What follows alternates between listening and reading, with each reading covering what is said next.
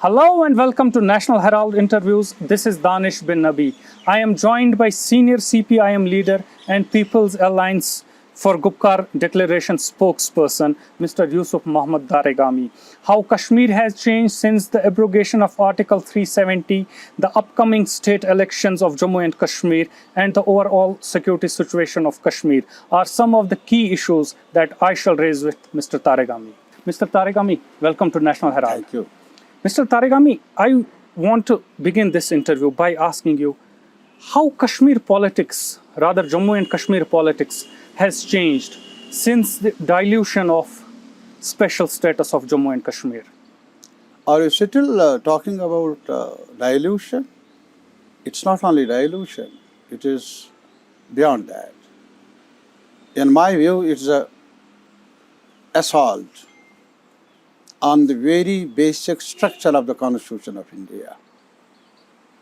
It's an assault on the very basis of a relationship, bond of relationship between the people of Jammu and Kashmir and the Union of India.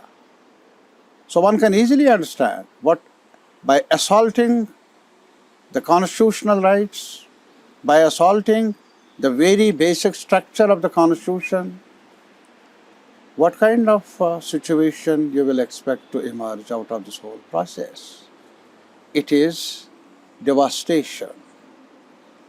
Such an act, such an approach has only resulted in further deepening not only the alienation but virtually disappointment.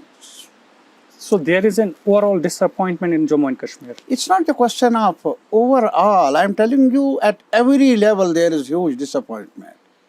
Even in those sections of the population which seem to be favoring such an assault or such a step by the Govt of India, look to Jammu, look to Ladakh and Kargil now. Yesterday only, the Buddhist organization of Leh and the representatives of Kargil, Muslim majority area, joined together and seeking now restoration of statehood, seeking the permanent residency rights which they enjoyed pre-40, this 5th August 2019. But that means what? They are not even satisfied now. But didn't they supported the abrogation of special That's what I status? am telling you. I am telling you, even those sections of the population who felt that something good may emerge out of this assault, even they are dissatisfied. What about those sections of the population, like Kashmir, like many good sections of the population in Jammu region, who have been demanding more rights for their own community of people here, as worked out by the constitutional order. But instead of granting more autonomy, instead of granting more rights to the people of Jammu and Kashmir, what this order has done is even assaulting whatever little we were getting out of those promises made by the successive governments. Even those things have been abolished. Now that will result only in what? Huge disappointment, huge disillusionment, and huge frustration as well, which is quite obvious. Has the bifurcation of Jammu and Kashmir helped in any manner? And how do you see, how would it, what repercussions it would have on the larger Kashmir question, the bifurcation of Jammu You see, and I Kashmir? will tell you one thing.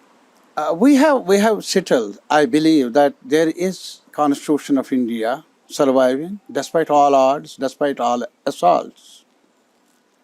Now let's go to the provisions, through the provisions of the constitutional order.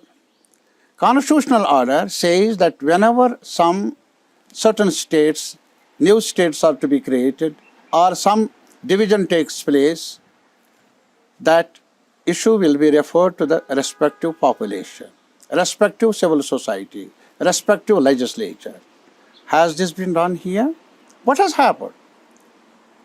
Our historic state was divided, and we all, Jammu, Kashmir population, irrespective of our affiliations, there was a huge clampdown, huge arrests took place. Even this communication structures were Snapped. snapped. And even a patient could not contact his doctor. Where was the press? Where was the media to report anything about what is happening on the ground? There was no communication at all. This was not only lockdown, it was a crackdown on entire society, which is a factual statement. So tell me that you are discussing, Parliament is discussing something about me and putting me under crackdown, lockdown, without taking you on board. without not only taking me on By board, you, I mean the entire state. But virtually, The stakeholders of the state. virtually creating a situation where we have been, all of us have, as a society, have been put together in a larger prison. So this is what it is, what the reality is. You are also the spokesperson of People's Alliances, which is for the Gupkar Declaration. So how is opposition parties taking this up with the center?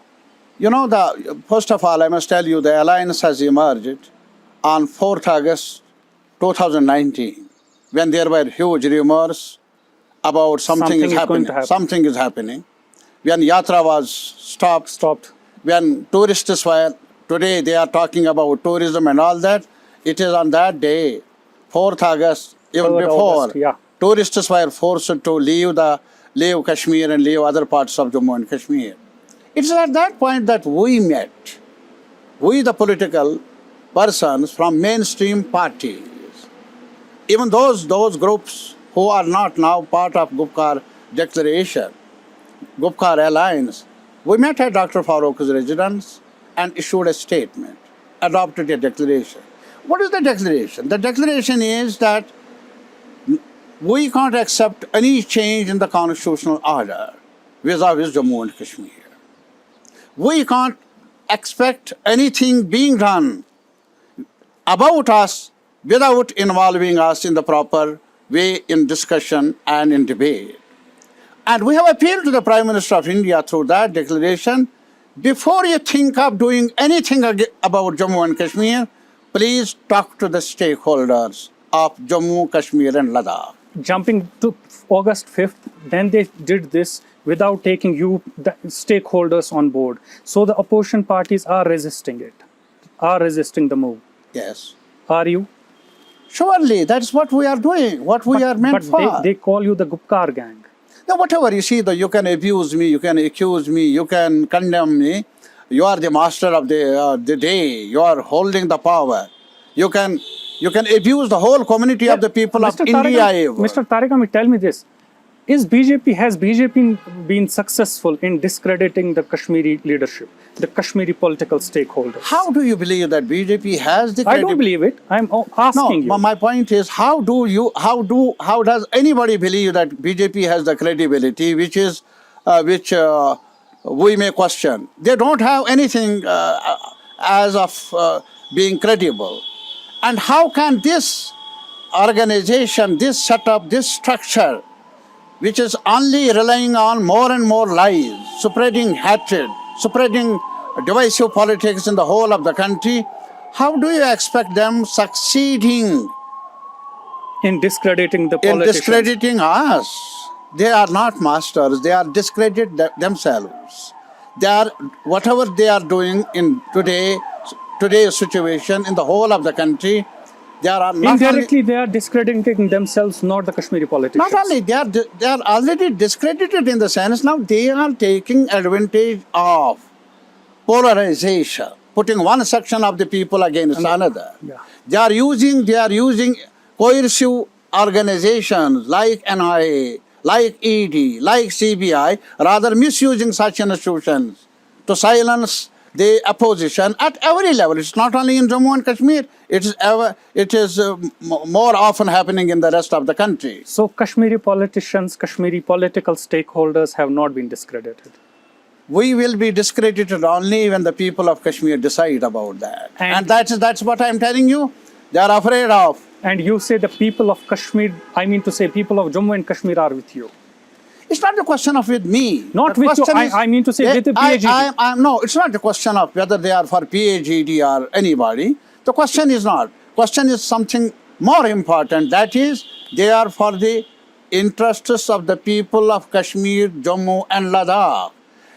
The Jammu people want their rights to be restored, Ladakh people want their rights to be protected, and Kashmiris have been struggling hard since long for a dignified life. So they cannot, it's not a question of discrediting us. If Tarigami gets here and there discredited, doesn't matter. But my people cannot be humiliated forever. My people cannot be discredited. You're That's saying my strong conviction. people matters. People have always matter. People will matter, shall matter.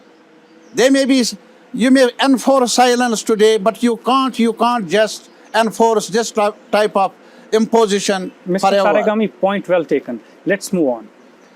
What's your view on the Delimitation Commission? Delimitation Commission is again an exercise which is absolutely unconstitutional, and it will have. I hope I'm not so sure that it will be anything providing anything good for the country as a whole.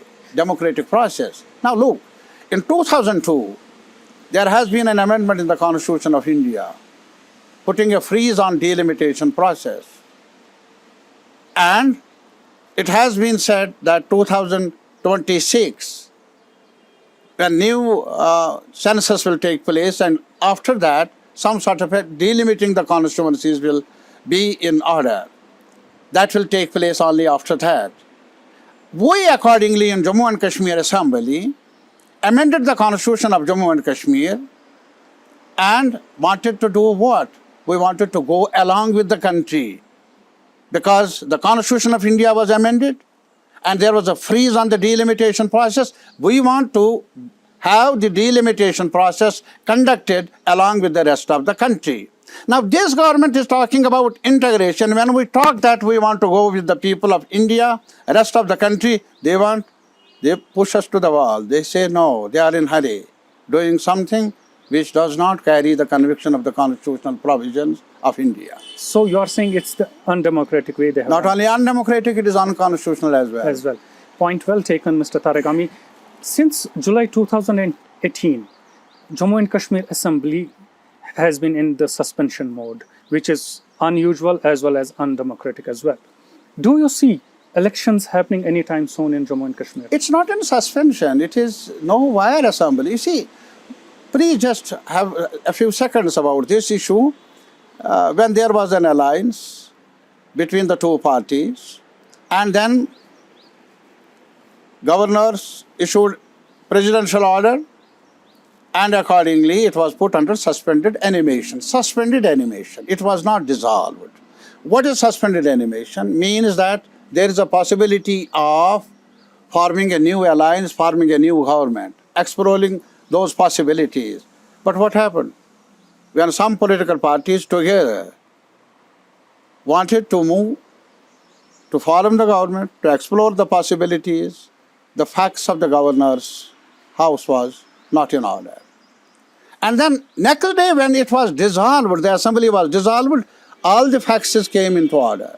However, you see, you understand the approach of those who are in authority. Actually, the designers are, they don't want to have a legislature here.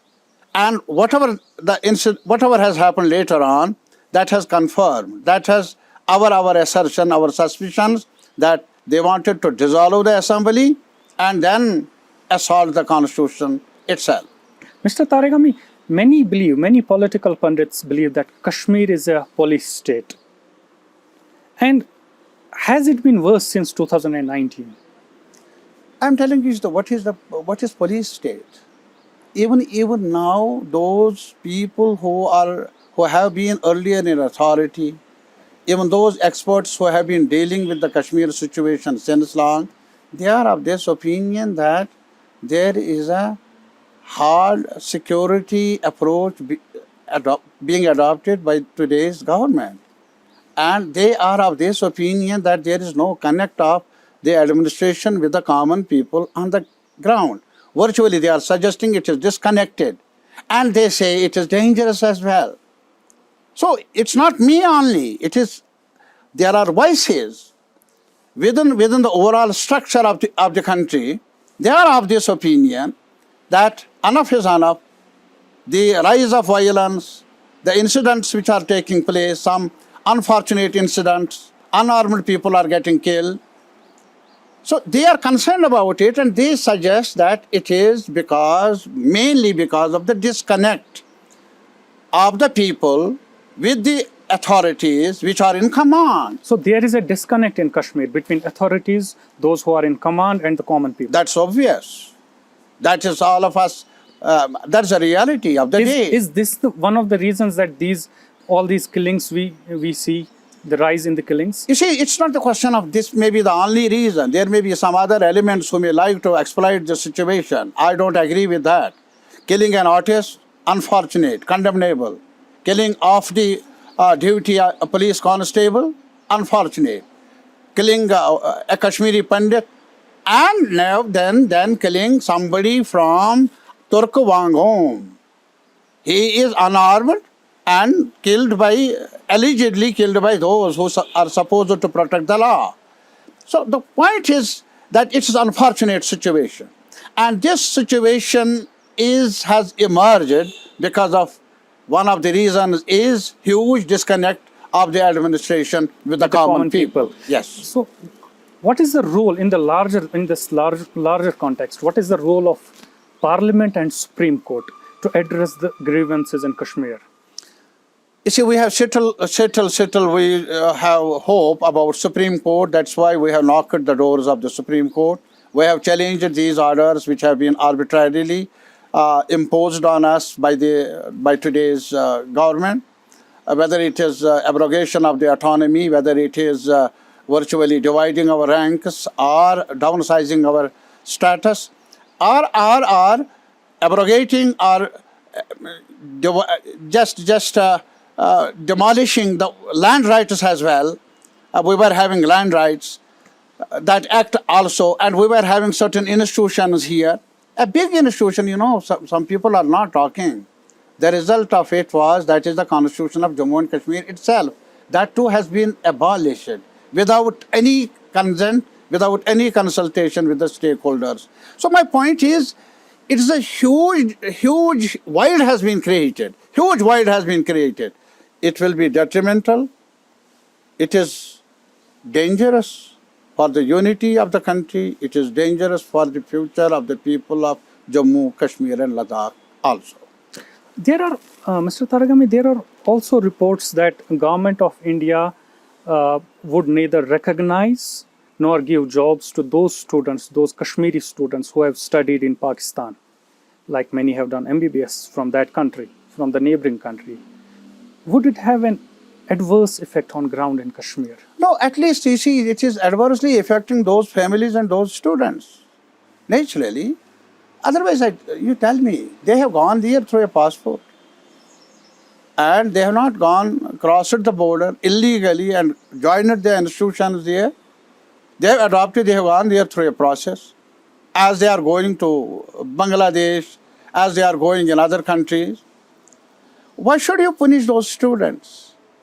They have just gone not to pick up the arms, not to do something illegal. They have gone to study there. So it would have an adverse effect, obviously. Naturally. Sir, there is a huge influx of tourists, and it's also reported that around 8 lakh pilgrims may be visiting Kashmir Amarnath Yatra this year. Is it one of the means or methods of showing a normalcy in Kashmir? No, What's your take on it? No. You see the question, you can't just ignore the major factors which are here quite seen to be operative in Jammu and Kashmir. Our business has been shattered. Got shattered because of this 5th August 2019. Job opportunities are becoming, are squeezing. Now you go through the record. And when the people of Kashmir, and they have always been welcoming, whether it is yatra or tourists coming from the rest of the country. Take for example, good old days, even on 4th August, there was a huge number of tourists. There was a yatra going on, yeah. Going on. It's not something new that they have created. How unfortunate it is They are virtually distorting the facts, distorting the history itself. So, huge rush of the tourists is not an indication Not of at normalcy. all, not at all. It was on 4th August when they did it, when And they clamped it's now down. as well. It is today as well.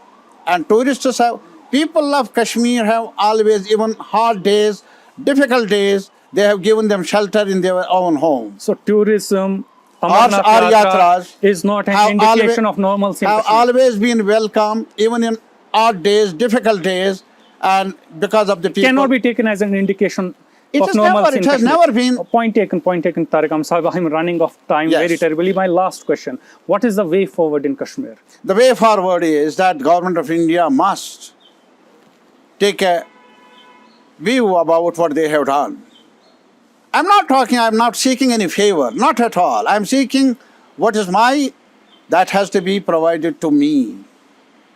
You can't deny that. Arbitrarily dismantling the whole relationship between the people of Jammu and Kashmir and the rest of the country. We want to be together. We want to be together. And for that, rights which have been enshrined in the constitutional provisions by the Constituent Assembly itself, restore those rights. That the Government of India, it is better, sooner the better. It will be good for the country, it will be good for the people of Jammu and Kashmir. Kashmiris are not begging. We want our rights on equal terms. We are asking whatever is suggested or framed for us by those senior leaders, freedom fighters, By the founding members of India. who framed the Constitution of India, Ambedkar, Pandit Jawaharlal Nehru, Rajendra Prasad, Sardar Patel, Maulana Abul Kalam Azad. Kashmiris have never asked for anything which does not belong to them. Kashmiris have always asked for what is their legitimate right, guaranteed under constitutional provisions. They have always stood for a dignified life. Legitimate rights and dignified life. Yes, that's what Kashmiri wants. That's the way forward. And that's the only way forward. Yes, sir. Mr. Tarigami, thank you. Thank you.